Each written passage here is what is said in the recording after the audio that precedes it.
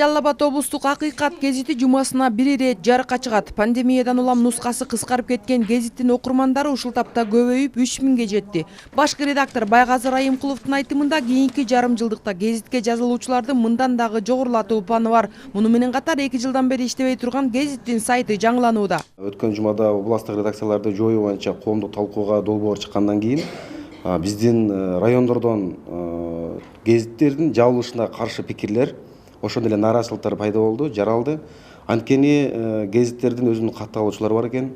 Бир эле катталуучу, бир эле окурман эмес, ошол эле учурда баягы жарнактарды берген тараптар дагы бар. Мисалы экинчи тарап, биз менен келишим түзгөн экинчи тараптар бар. Алар дагы чочулуп атышат, биздин сиздер менен түзгөн келишимибиз эмне болот.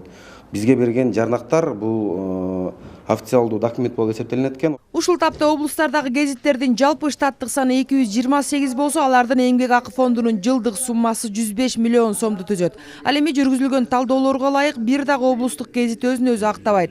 Жыйынтыктап келгенде аларды чыгарууга бөлүнгөн каражаттардын натыйжасыз пайдаланып жаткандыгы айтылган. Мындан улам сөз болуп жаткан редакцияларды реформалоо боюнча кескин чараларды көрүү зарылчылыгы бар. Информациялык технологиялар өнүккөн заманда областтык газеталардын нускасына да өзүнүн таасирин тийгизип жаткандыгы жашыруун эмес.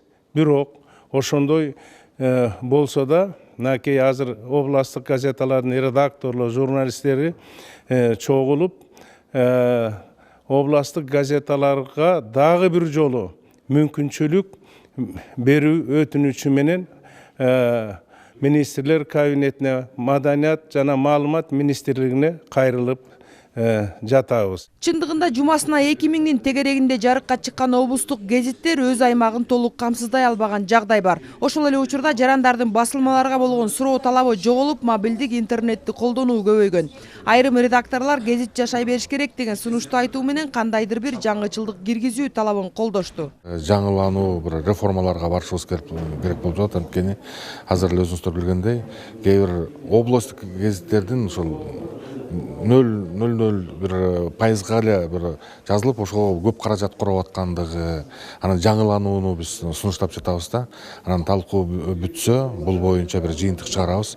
Деги эле бардыгын талкалап салуу же жок кылып бир мамлекетке туура эмес иш алып баруу эмес, ошонун бардыгын анализдеп, жыйынтыктап чыгып, бир жакшы жолго түшүү боюнча иш аракеттерди алып барып жатабыз. Министрлер кабинети тарабынан сунушталган токтом долбоору облустук гезиттердин ишин оптималдаштыруу, мамлекеттик маалыматтык саясатты өркүндөтүү максатында иштелип чыккан. Коомдук талкууга берилген 1 айдын 10 күнү өттү, эми дагы 20 күн аралыгында келген сунуштар жана түзүлгөн жагдайлар терең талдангандан кийин гана жыйынтык чыгарылат. Айжан Омолдошова, Бекжан Токтосунов, Ала Тоо 24.